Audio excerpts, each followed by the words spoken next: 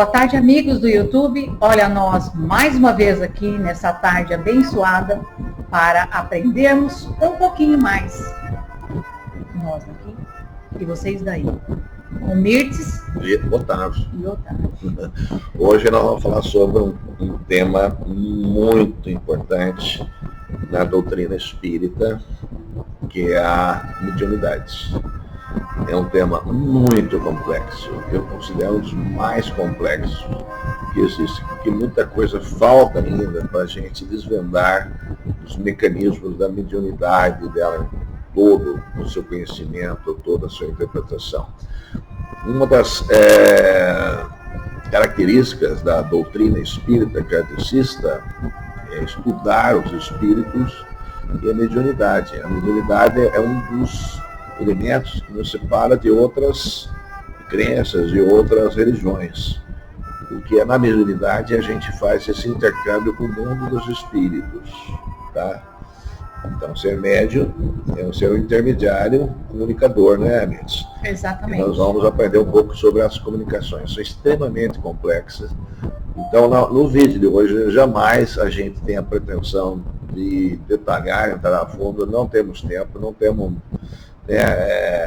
espaço para discutir mais a fundo. Isso é coisa para meses e meses de discussões, e mesmo assim fica faltando muita coisa. Tá, Mirtes? O Mirtes vai começar então. Pode ir, Mirtes. Então, eu só gostaria de passar para vocês que todo esse conteúdo de estudo que nós vamos passar para vocês foi extraído do livro dos médiuns. Então, a gente não vai estar citando, né, cada página, cada capítulo. A gente colocou tudo aquilo que necessitava aqui para que facilitasse a compreensão de vocês. Bom, o que é mediunidade, mediunismo e animismo? Em algum momento alguém já ouviu falar. Mediunidade, mediunismo e animismo. Então nós vamos tirar essa dúvida de vocês. Mediunidade. O que é a mediunidade? Mediunidade é o aprimoramento constante, luta sem tréguas contra o personalismo, exercício da humanidade, estudo devotado ao próximo. Toda pessoa que sente a influência dos espíritos em qualquer grau de intensidade é médium. A capacidade mediúnica é considerada uma percepção inerente à estrutura psíquica das criaturas. Por isso, é que encontramos nos mais diferentes níveis de consciência da humanidade. Ela não é moral, mas a moral do médium é de responsabilidade pelo seu uso. Ela é simplesmente uma função psicofisiológica do homem, podendo ser enquadrada como um dos sentidos que o espírito encarnado utiliza a fim de manifestar-se e desenvolver-se gradativamente para a plenitude da vida. O que é ser médium? Ser médium, pesquisando o significado da palavra médium. Vamos lá. Esta palavra significa aquilo que está no meio. Assim, médium é o intermediário, que é aquele que intermedia a comunicação de um espírito com as demais pessoas. Todos os seres humanos têm mediunidade em estado latente, que poderá desabrochar ou não. Assim, todos somos mais ou menos médium, no sentido de que somos influenciáveis pelas sugestões alheias, podendo essas partir de espíritos desencarnados, que nos desejam influenciar. Isso se dá através da sintonia mental, de forma espontânea e natural, surgindo na nossa mente como uma ideia, um pressentimento, que são também chamados de intuição. A eclosão da mediunidade não depende da religião, da idade, da raça ou do sexo. Muitas pessoas, não conhecendo nada sobre o assunto, ficam amedrontadas, outras temem a responsabilidade. Muito bem. E profissionalmente mediúnica para nós, encarnados, o surgimento da mediunidade é imprevisível. conforme registrou Kardec. Pode se manifestar na criança, no jovem, no adulto e no velho. Chico Divaldo e outros nossos grandes médios, né? E pessoas comuns, todo mundo. Seclodir significa desabrochar, nascer, aparecer. Então, devemos, contudo, entender a eclosão mediúnica como uma explosão desordenada e intempestiva das forças medianímicas, mas sim como uma reação natural daqueles que, antes mesmo da reencarnação, assumiram compromissos no labor mediúnico e que, em dado momento, são chamados ao trabalho. Tá? Quais os principais sintomas, tanto físico como psicológico, que a pessoa apresenta para que seja diagnosticada a mediunidade acentuada? Os sintomas podem ser variados, de acordo com o tipo de mediunidade: irritabilidade, sonolência sem motivo, dores sem diagnóstico definido, mau humor, choro inexplicável. Pode indicar necessidade de esclarecimento e estudo. Como saber distinguir efeito mediúnico de doença física? Por exemplo, as dores de cabeça e de estômago. Assegurar-se em distinguir efeitos da mediunidade e de sintomas de doenças físicas só pode ser alcançada com a educação da própria mediunidade.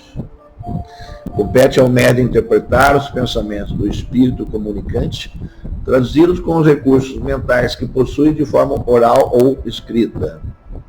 Diante dessa realidade, não temos dúvidas de que a mediunidade e o animismo conciliam-se perfeitamente. E, sem dúvida, é por essa razão que os espíritos insistem na educação intelectual e moral dos médiuns, na expectativa de encontrar na mente deles recursos para melhor traduzir seus pensamentos.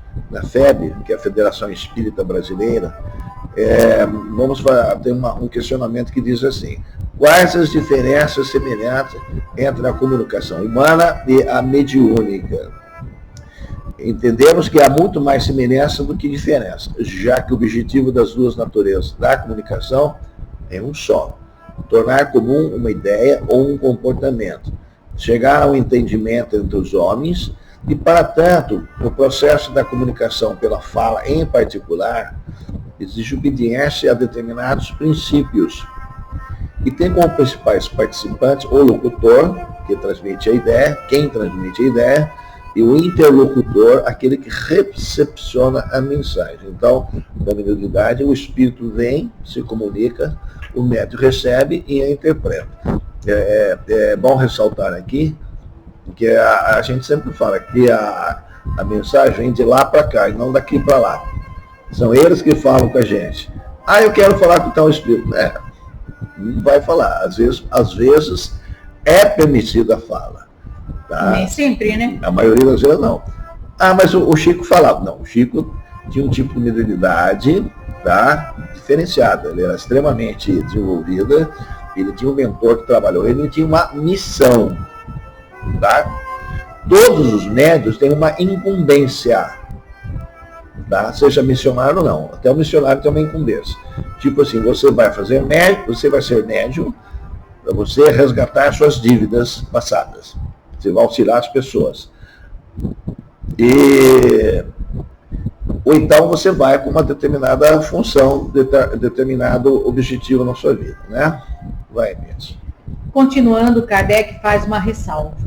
Usualmente, porém, esta qualificação se aplica somente aos que possuem uma faculdade mediúnica bem caracterizada, que se traduz por efeitos patentes de certa intensidade e que depende de uma organização mais ou menos sensitiva. O codificador identifica uma nova situação, a do próprio espírito do médium. Pode se comunicar com qualquer outro espírito. A comunicação escrita ou verbal podem ser também do próprio espírito do médium. Comunicação anímico-mediúnica, que a gente vai explicar daqui a pouquinho. A alma do médium pode comunicar-se como qualquer outro.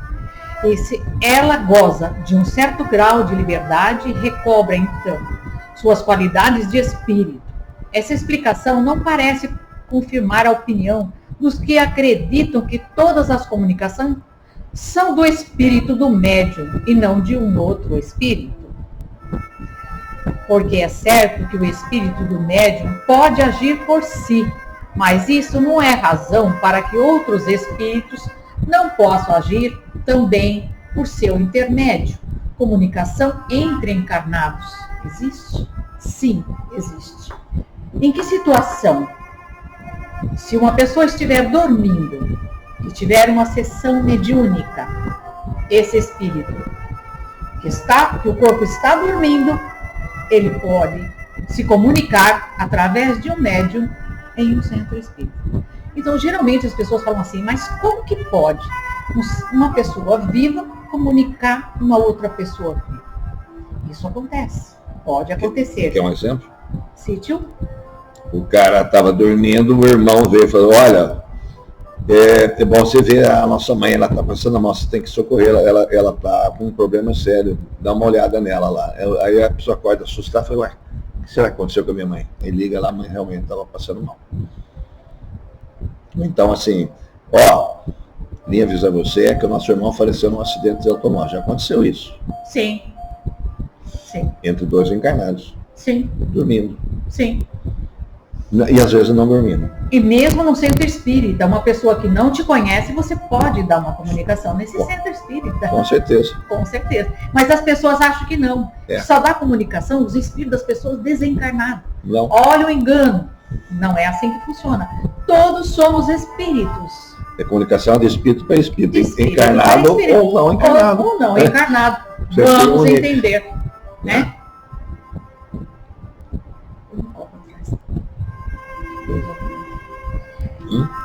Bom, vamos lá. O que são práticas anímicas? Chegamos a ela. As manifestações anímicas apresentam um padrão de repetição que tem uma semelhança com a personalidade do médium em questão. Enquanto que as manifestações espirituais refletem as diferentes situações que os desencarnados estão vivendo em suas tentativas, de encontrar ajuda e esclarecimento. Na FEB também. O que é o processo de animismo? Ele se concilia com a mediunidade, limitando-nos ao entendimento do animismo dentro do universo espírita. Informamos que se trata da atuação da alma do médium nas comunicações mediúnicas, assegurando, portanto, que não há fenômeno mediúnico sem animismo, ou seja, sem que a alma do médium participe do processo. Ousamos afirmar que é a lei de intercâmbio entre os mundos material e espiritual, que todo fenômeno mediúnico deva ter a participação ativa do médium, pois sendo a mediunidade um instrumento para a sua evolução, sem a participação dele durante o fenômeno, o processo evolutivo não se daria, não havendo para o sensitivo, portanto, nenhum proveito. Então vamos esclarecer aqui, vamos trocar isso aqui em miúdo, para ficar mais fácil. Nós falamos ali atrás que toda comunicação é anímico-mediúnica. Poxa vida, se tem o médium, ele empresta o seu físico, a sua mente para uma comunicação, certo? Então não é só o espírito que fala, é o médium junto com o espírito. Ele empresta a sua corda vocal, a sua gesticulação, a tonalidade dessa sua voz. Ah, mas às vezes acontece que tem um espírito que vem e fala grosso. Às vezes esse espírito tem o dom de envolver esse médium e dominar as cordas vocais, certo? Onde modifica. Agora tem gente que fala assim, eu não gosto daquele médium, porque aquele médium, as comunicações dele são sempre iguais. É sempre do mesmo jeito. Lógico, a mensagem vem, mas o médium, ele tem a participação, a tonalidade, a gesticulação e o jeito dele. E ele pode filtrar também aquilo que o espírito passa para ele. Às vezes um espírito mais revoltado, ou mais bravo, vamos dizer assim, ele vem, se o médium não tem uma boa educação, esse espírito vem, ele quer quebrar tudo, virar tudo, fazer bagunça, que é o propósito dele. Quando o médium é equilibrado e educado, o que acontece? Ele filtra as informações, ele se mantém no controle, porque o corpo é dele. Então o espírito tem que entender que ele não é dono daquele corpo. Então ele tem que respeitar o médium. O médium só é uma via de comunicação. É bom lembrar que médium educado não é aquele que é educadinho, bonitinho. Não. Ele é educado na doutrina espírita para saber trabalhar com a mediunidade. Exatamente, a gente vai falar sobre isso. Né? Vou simplificar para as pessoas entenderem de uma forma bem simples. Você tem um professor, tem um aluno dentro da sala de aula. O professor explica uma coisa. O professor, o negócio está meio bravo aqui. A câmera está meio balançando. Pronto, parou. Acho que melhorou, graças a Deus. Era isso que eu o professor está dando a aula. O professor é o espírito comunicante. O aluno é o médium. O professor explica uma coisa, o aluno vai e fala assim, o que o professor falou? Não, o professor falou isso. Então é a parte do médium, é a minha parte. Eu vou interpretar o que o professor falou. O médium vai interpretar o que o espírito falou. Então a parte minha é anímica.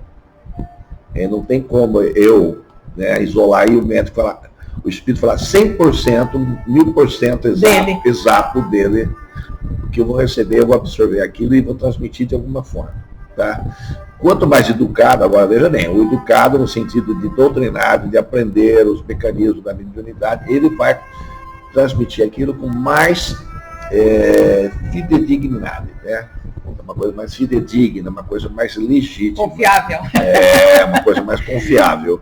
E quanto mais ruinzinho for o médium, né? O nosso irmãozinho está menos preparadinho, então ele não vai transmitir uma coisa tão muito original, tá? Então vamos lá. Qual que é a diferença entre mediunismo e mediunidade? É uma questão semântica, né?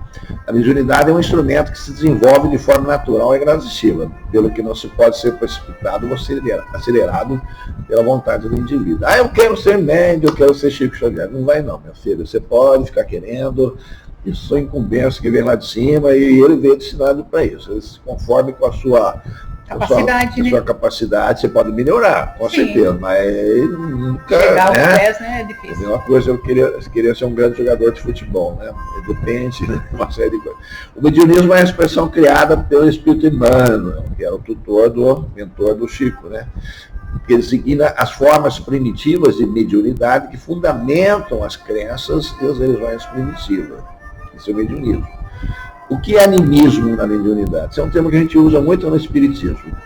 Na literatura espírita, o termo animismo é usado para designar um tipo de fenômeno produzido pelo próprio espírito encarnado, sem que este seja um instrumento mediúnico da ação espiritual, e sim artífice dos fenômenos em questão. Então, eu próprio me pronunciando, me manifestando, meu espírito se manifestando, só isso, né? Simplificando. Tá, tipos de mediunidade, tem um monte. Nossa, e nós pegamos lá do livro dos médiuns, um livro doutrinário lá do século retrasado. Hoje em dia a gente sabe que são centenas e centenas e centenas. Tem muito mais, né? É muito complexo. Mas vamos passar os mais comuns, que acho que alguém já deve ter visto e presenciado alguma coisa nesse sentido. Médio de efeito físico, tá? Questão 160 do livro dos médios. Os médios de efeito físico são particularmente aptos a produzir fenômenos materiais, como o movimento dos corpos inertes, ou os ruídos, por exemplo, etc. Podem ser divididos em médios facultativos e médios involuntários. Os facultativos têm consciência do seu poder e produzem fenômenos espíritas pela própria vontade. Batida, pum, pum, pum, pum, pum, né? Barulho, né? Cadeira arrastando, mesa se levantando, que era comum. Aquelas mesas girantes da época do Kardec, né? O vaso que se desloca, e vai para pedrados que jogam em cima das casas. Coisa que some dentro de casa, coisa que some dentro de casa, então pedra que fica jogando no telhado. Tem gente que já passou por isso. Mas parece que tem que ter um médium de efeito físico. Tem. Dentro da casa ou ali na mediação. Alguém ali dentro está recepcionando. Sim. Vamos lá, médios sensitivos ou impressionáveis. Questão 164. São assim designadas as pessoas capazes de sentir a presença dos espíritos por uma vaga impressão. Uma espécie de arrepio geral que elas mesmas não sabem o que seja. Essa variedade não apresenta caráter bem definido. Alguém fala assim, sentir a presença do espírito passando aqui. O que você vê? Não vi direito. Tem gente que fala assim, acho que a morte passou perto de mim, me deu um arrepio. Sentiu o vento, sentiu passou uma coisa meio nebulosa ali, né? Uma coisa estranha. Uma sensibilidade mediúnica. Médios audientes, escuta, são os que ouvem a voz dos espíritos. como já dissemos, tratar da pneumatofonia, algumas vezes uma voz interna, que se faz ouvir no foro íntimo, e outras vezes é uma voz externa, clara e distinta, como de uma pessoa viva. Os médios audientes podem assim conversar com os espíritos. Às vezes alguém tem um pouco dessa. Todos nós temos um pouquinho de diversos tipos de mediunidade, viu? Quem já não ouviu alguém chamando e vai procurar saber e não tem ninguém? Quantas vezes? Mãe, a senhora está me chamando? Não te chamei. Não chamei você. Mas eu escutei. Eu escutei, a campainha está tocando. Mas não alguém tocou. Mas os outros não ouviram. Você ouviu, alguém queria se comunicar com você. E não está conseguindo. A minha televisão, eu desligo a minha televisão, lá tem certos dias que ela liga de novo. Tá. E desliga sozinha. E o tutor? Se o tutor não fala com você, você não escuta? Às vezes esse fala, né? Esse fala. Fala muito, né? Vai lá. Agora a gente vai falar um assunto aqui bem interessante. A gente vai explicar para ficar bem mais fácil. A gente vai falar sobre a glândula pineal, que é conhecida como a glândula da mediunidade. Sem ela, não tem como ter essa ponte de comunicação. Não tem. Chamada de glândula pineal ou epífice, como é conhecida, né? Na medicina, né? Na medicina. Pineal também, né? Pineal também. Terra, a quarta dimensão do nosso cérebro, estimulando nossas células pela captação de ondas eletromagnéticas externas e as geradas por nossas emoções e sentimentos. Funciona como um celular, vamos entender. O celular não tem fio, tem? Não. E a gente não consegue ver a pessoa, conversar com a pessoa? Wi-Fi, só Wi-Fi. Onda eletromagnética. Então vamos entender assim. Também é conhecida também como o terceiro olho. As pessoas dizem, olha, é o terceiro olho. Que os hindus pintam aqui, né? Sim, aqui. Exatamente, eles pintam aqui. Porque essa glândula pineal, se você pegar bem o centro da cabeça e acima da linha da orelha, traçar um ângulo de 90 graus, é onde ela fica. Dá bem no meio da sobrancelha. Exatamente. Ela está tão protegida que mesmo num acidente é muito difícil atingir essa glândula. Ela é muito protegida. E é pequenininha. E ela é pequenininha, tá? Então vamos entender. Segundo a obra de André Luiz, Missionários da Luz, em 1945, a pineal, que é a glândula da vida mental, ela acorda no organismo do homem na puberdade. As forças criadoras e em seguida continua a funcionar como o mais avançado laboratório e elementos psíquicos da criatura terrestre. A neurologia comum não conhece bem. Então vamos entender. O que os neurologistas sempre acreditaram? Que essa glândula pineal se tratava de um freio sexual. Então quando você está na fase de criança, até chegar na puberdade, ela estava ali como um freio. A partir do momento que você passava pela puberdade, ela acelerava. Então, eu ouvi quem? Nada mais, nada menos que Divaldo Franco, dando uma explicação maravilhosa, né? Porque ouvir Divaldo é uma benção. É uma benção. Então, ele disse o seguinte, que a criança está em dormência até a puberdade, como coloca aqui André Luiz, bem colocado. Está dormindo, o espírito dessa criança ainda não despertou. Então, quando chega a idade da adolescência, que é por volta mais ou menos de 9 anos de idade, o que acontece? Essa glândula, ao despertar do espírito. Então, o espírito, a essência de quem ele é. Até porque essa glândula pineal, que é a glândula da vida mental, né, do espírito, ela concentra várias informações do próprio espírito, o seu caráter, as suas viciações de vidas passadas, tudo, o seu temperamento, tá tudo ali. Por isso que a criança na fase da adolescência, agora a gente entende, começa com a rebeldia, porque o espírito começa a revelar a sua essência, quem de fato ele é. E ele começa a entrar num conflito. O problema não são as pessoas em sua volta, e sim ele tentando se adaptar ao ambiente que ele se encontra. Por isso, a rebeldia. Até que uma hora ele se acerta. Exatamente. É exatamente assim que acontece. Espero ter conseguido explicar. De acordo com André Luiz, a glândula pineal segrega hormônios psíquicos ou unidades de força que vão atuar de maneira positiva nas energias geradoras, segundo o papel de um hormônio produzido pela glândula pineal, em torno de 13 anos antes do isolamento da melatonina, por Lemmer, em 1950. O que a gente vai falar? Que ela é uma glândula que ela produz melatonina. Melatonina é o hormônio do sono. Por quê? Ela se desperta porque ela reconhece a noite e o dia.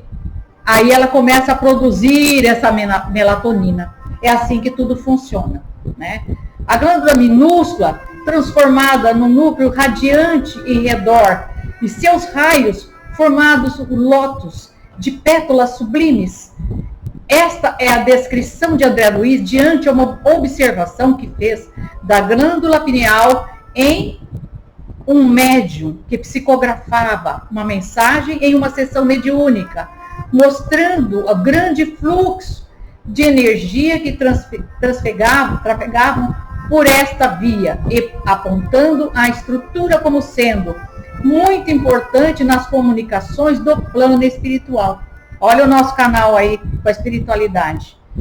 A calcificação que se observa com a idade não seria por inatividade de degeneração, mas sim por aumento da sua atividade energética, funcionando como um cristal condutor de energias sutis para a nossa receptividade psíquica, pois se encontra em conexão com a quarta dimensão e a dimensão de espaço e tempo, considerada na atualidade por alguns estudiosos como um órgão astrofísico que nos mantém em comunicação contínua com o planeta.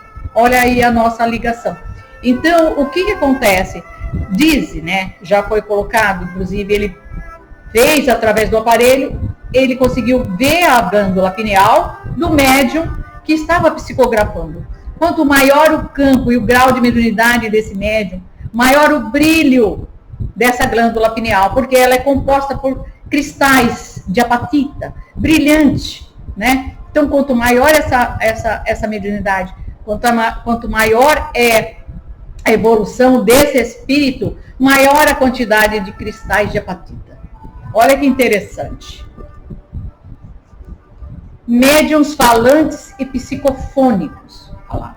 Os médiuns audientes que apenas transmitem o que ouvem, não são propriamente médiuns falantes. Porque tem aquele que recebe a mensagem e fala, né? E aquele só que ouve e fala, não é isso? E aquele que tem que a gente fala de incorporação, que é onde o espírito, ele não entra no corpo, no nosso corpo, é errado. Ele acopla-se, né? Acopla-se. Ao corpo. O termo correto é dar passividade. Dar passividade. E junto transfere para a mente e ele começa a se comunicar. Essa é a diferença, né? O espírito serve para a comunicação dos órgãos mais flexíveis que encontra no médium. Médiuns videntes. Os médiuns videntes são dotados de faculdade de ver espírito. Há os que gozam dessa faculdade em estado normal, perfeitamente acordados, guardando lembrança precisa do que viram. Outros só possuem em estado sonambúlico ou aproximado sob sonambulismo. O médium vidente acredita ver pelos olhos, como que os que têm a dupla vista. Mas, na realidade, é a alma que vê. E, por essa razão, eles tanto veem com os olhos abertos ou fechados. Vão entendendo. Dessa maneira, um cego pode ver espíritos como os que têm visão normal. Exatamente. Olha que interessante, porque a visão não são dos olhos, é do espírito, ou da alma, né? Digamos assim. Bom, vamos lá. Deixa eu só falar uma coisa. O pessoal está falando em glândula pineal aí, ou epífise. Eu acho que ele é grande, não é até o tamanho de uma semente de ervilha, gente. É pequenininha. É pitulinha. Quanto mais pura ela for, mais cristal ela tem, mais brilho. Mais mediunidade a pessoa tem. Exatamente. Por isso que tem pessoa que fala, eu não vejo nada. tudo tem algum tipo de mediunidade, mas a pessoa realmente quer muito. A gente usa um termo dentro do espírito, eu não gosto muito desse termo, mas as pessoas falam essa pessoa é pedra. Né? Não é isso mesmo? Exatamente. O cara é pedra. Né? E tem gente que fala, nossa, eu estou vendo espírito para tudo lado. Esse cara é maluco. Não é maluco, não. Ele às vezes está vendo mesmo. Se ele não tem perturbação mental, se ele é uma pessoa normal, ele está vendo mesmo. Vamos entender que a gente não tem essa visão aberta para ver um mundo espiritual que é muito grande entre nós. Não. Nós enlouqueceríamos se conseguisse ver tudo. Não, fica louco. Nós ficaríamos loucos. Não, você deixa de fazer deixar viver a sua vida da Você vai bater o carro, tem gente que vê o espírito bater o carro, freia, né? Comete acidentes, né? Eu já freiei vendo uma pessoa passar na minha frente e não tinha ninguém. Olha aí. Perguntava, por que você foi? Eu falei, o cara passou aí. Eu falei, quem passou aí? Eu falei, não foi nada. Deixa quieto, porque vamos dizer que vamos falar que eu sou maluco. Deixa pra lá. Médium sonâmbulo. Sonambulismo pode ser considerado uma variedade da faculdade mediúnica. Ou melhor, trata-se de duas ordens de fenômenos que se encontram frequentemente reunidos. O sonâmbulo age por influência do seu próprio espírito, da sua alma, que nos momentos de emancipação vê, ouve e percebe além dos limites. O que é emancipar? A alma emancipação é quando você dorme. Expande, né? O teu espírito sai do seu corpo, ele emancipa. Tá? Nesse momento de emancipação, às vezes o corpo vai juntando. Ele começa a falar, por quê? Eu, quando era criança, eu andava, acordava em lugar diferente. Pois é, meu irmão também. Não sabia como ia parar lá. Não vou falar da família que não pode, mas na família tem, bastante sonâmbula. Tem. É uma forma de mediunidade. Médiuns curadores, olha que bacana. Questão 175. Somente para mencioná-la trataremos aqui dessa variedade de médiuns, porque o assunto exigiria demasiado desenvolvimento para o nosso esquema. Estamos informados de que o médico, nosso amigo, se propõe a tratá-la numa obra especial sobre a medicina intuitiva. Mas tem médico que cura. Hoje em dia é muito raro, tá? Porque Deus permitiu que isso fosse mais intensamente. Coisa que mortes no passado, né? Os apóstolos curavam, diversos santos da igreja curavam, botavam a mão, curava, né? As pessoas, ainda há pessoas que curam hoje em dia, mas numa quantidade bem menor. O médio de cura hoje em dia está numa escala menos intensa. Médio de psicografia ou pneumatógrafos. Isso a gente ouviu falar bastante. Bastante. É a questão 177. Essa designação corresponde aos médicos que têm aptidão para obter a escrita direta, o que não é dado a todos os médios escreventes. Essa faculdade é, por enquanto, muito rara. Efeito do pensamento. Como podem os espíritos dispersos pelo espaço ou pelos diferentes mundos ouvir as evocações que eles são dirigidas de todos os pontos do universo? Como é que chega a nossa voz até eles? Muitas vezes são prevenidos pelos espíritos familiares que vos cercam e que os vão procurar. Porém, aqui se passa um fenômeno difícil de você ser explicado, porque ainda não podeis compreender o modo de transmissão do pensamento entre os espíritos. Eu queria precisar de tal coisa. A minha mãezinha que desencarnou, vai lá, chama o espírito do outro lado, né, para atender a gente. Será o fluido universal o veículo do pensamento, como o é do Sol? Sim. Com a diferença de que o Sol não pode fazer-se ouvir, senão dentro de um espaço muito limitado. Enquanto que o pensamento alcança o infinito. O espírito no além é como o viajante que, em meio desta vasta planície, ouvindo pronunciar o seu nome, se dirige para o lado de onde o chamam. Olha que interessante, né? Só para complementar aqui, quando nós fazemos as nossas orações, quando nós pedimos ajuda por uma pessoa doente, a gente sempre coloca o nome, né, de uma corrente médica ou de um irmãozinho para auxiliar essa pessoa. Então, nós sabemos que o nosso pensamento ele tem um poder muito grande. Diz que o nosso pensamento ele tem cor de acordo com as nossas necessidades e aquilo que nós precisamos. Tem cor e diz que tem cheiro também. Isso. Exatamente isso. Psicografia, formas mecânica, intuitiva e semimecânica. Então vamos entender. Médiuns, psicógrafos, mecânicos. O espírito atua diretamente sobre a mão do médium. Ele dá uma impulsão complementarmente independente da vontade do último. Enquanto o espírito tiver alguma coisa a dizer, a mão se move sem interrupção e a revelia do médium, parando somente quando o ditado termina. Mecânico, é só o braço do médium. O espírito, né, ele pega essa mão, a parte do médium, e ele escreve. O médium nem sempre tem ciência daquilo que está sendo escrito. Então vamos entender que ele tem 3 formas. Essa é mecânica. A outra é intuitivo. O espírito comunicante não atua sobre a mão para fazê-lo escrever, mas toma, me guia. Atua sobre a alma com a qual se identifica a alma do médium. E sob esse impulso dirige sua mão e a mão dirige ao lápis. Quer explicar isso também?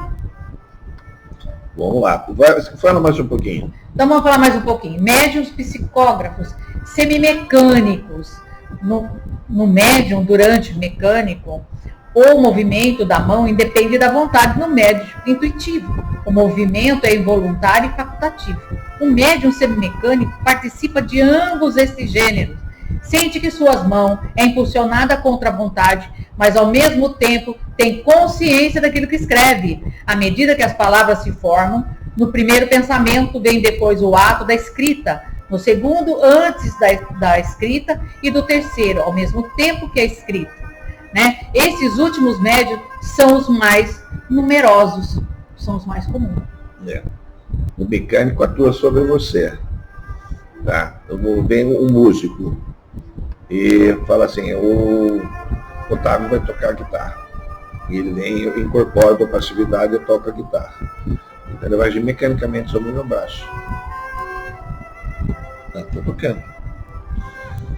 Se eu souber tocar guitarra, eu vou tocar melhor. Se eu não souber, eu vou tocar mal. Essa incorporação foi muito ruim. Não é que o médium não sabe tocar. Então, para ter toda aquela habilidade daquele espírito que apareceu fazendo tocar, ele tem que saber tocar também. Esse é um médium de ação direta. E tem outros que você não tem essa ação assim tão direta, né? Ele vai, você por si só faz. E não vai, tipo assim, segurar sua mão para escrever. Você vai escrever, ele entra em você, se fala, você escreve. Tá? É isso que essa é a separação. Vamos lá. Fala mais alguma coisa sobre isso? Precisa? Não. Tá bom, acho que tá bom. Deu para entender, eu acredito que ficou bem claro, né? Tem muitas. E o nosso tempo está correndo. Está curtíssimo aqui. É curtíssimo. Tem, por exemplo, escritas mediúnicas que aparecem por si só. O médium recepciona dentro da mesa, vamos supor, tem aqui no grupo pessoal, ninguém recebe. Ele por si só, o espírito escreve no papel, sem precisar da minha mão. Não precisa da minha mão. Para ser escrita no papel. Tá? Você abre uma gaveta, tem uma carta escrita lá, o espírito foi lá e escreveu para você. Ele tirou a energia. Isso é mais difícil de achar. Ele tirou ectoplasma, né? Às vezes escreve no ar. Sim. Como se fosse uma tela plasmada, vem meu escrito. Avião que passa escreve a mensagem. E às vezes vem com som. E fumaça. O negócio é complicado. Tá complicado, vamos lá. Reflexão e educação mediúnica. Né? Emmanuel nos ensina que os homens vivem na obra de Deus, valendo-se dela para alcançar um dia a grandeza divina. Os usufrutuários de patrimônios que pertencem ao Pai encontram-se no campo das oportunidades presentes, negociando com os valores do Senhor. Os médiuns não devem se considerar missionários. Alguns são, nem todos. Na acepção comum do termo, pois sim, sua generalidade, conforme nos esclarece Emmanuel, são almas que fracassaram desastradamente. E a pessoa acha que é uma missão. Eu sou médium. Ela é o contrário, não tem a santidade, se for pelo passado dele, você fica com medo. Que contrariaram sobremaneira os cursos da lei divina e que resgata sob o peso de severos compromissos e limitadas responsabilidades. O passado obscuro e delituoso. Quase sempre são criaturas que abusaram do poder, da autoridade, da fortuna, da inteligência e regressam à Terra para os trabalhos de assistência ao próximo em favor da própria redenção. A educação mediúnica tem por finalidade preparar e educar os médiuns para o exercício equilibrado de suas faculdades mediúnicas, em bases evangélicas com segurança que a doutrina espírita proporciona. Ela oferece aos médiuns ostensivos, médios de sustentação, dialogadores, dirigentes, o devido preparo para o exercício seguro de suas faculdades. Tá? Então, é compromisso, é responsabilidade. Eu queria ser médium. Meu Deus do céu. ter uma responsabilidade. Eu- Não vai ter sono, não vai dormir. Vem alguém na porta da sua casa 3 horas da manhã, me ajuda, me socorre, eu tenho um problema com a minha filha, vai lá, você tem que atender. Caridade, né? Você vai fazer isso? Então, Bom, você é médium o tempo todo. sim. O trabalho, se você não puser horário, você não dorme. Porque necessidade sempre haverá. Então você tem que saber controlar também. A filha é grande. Eu queria falar sobre a diferença de médium. Deixa eu falar assim, mas você está falando do médium espírita, você fala sobre o kardecismo, sobre a doutrina. Qual a diferença de um médium para o outro? Não existe diferença, todos os dois são médiums. Todos eles têm mérito, todos eles trabalham. Vai muito da moral do médium, como ele quer trabalhar. A diferença que a gente pode estar colocando aqui é que o médium espírita, ele passa pela doutrina. Ele tem uma educação mediúnica. Estuda, né? Sim, e o médium da Umbanda, o tipo dele é como se fala? Ai, meu Deus do céu, esqueci agora a palavra. É uma mediunidade natural, ela não é educada, não passa por estudos, como a gente faz. É diferente, é ritualista. Ritualista. Achei o termo, ritualista. É diferente, que não deixa de ter o mesmo mérito. Só o seu valor, né? O seu valor. Só é diferente. Tem ateu, seu médium. E tem muito ateu que é médium. Os médios estão em qualquer lugar, em todas as religiões, mesmo que não acreditem. Bom, gente, o nosso tempo hoje extrapolou. Só para finalizar. O spoiler. Não. A última coisa. O primeiro registro de mediunidade que a gente tem na nossa história é de Moisés. Moisés. Que são os 10 mandamentos. Sim. Subiu ao morro, Deus escreveu na tábua, ele trouxe uma tábua psicografada. Tá? Então o pessoal das outras religiões aí tem que prestar atenção nisso. Moisés era aliás, todos eles, os grandes apóstolos, eram médiuns poderosíssimos. Sim. Desculpa. Bom, eu acho que nós podemos encerrar aqui, Nossa, dando spoiler. Quer que Qual é o fale? próximo assunto, Tavinho? Que a gente vai estudar, nós vamos falar sobre... Na casa do Pai há muitas moradas. Por que a gente vai falar? Será que só tem a gente nesse universo aqui sozinho? Nossa, que coisa horrível, né? A vida não seria uma dádiva, seria um castigo divino. Não, está cheio de espíritos pelo mundo. E temos ETs, né? Vamos falar sobre os extraterrestres na visão espírita. Como que tudo funciona? Aí, tá vendo? Bom, uma boa tarde a vocês, um bom final de semana. Que Deus abençoe a vida e a família de todos vocês. Semana que vem estaremos aqui novamente. Paz e bem.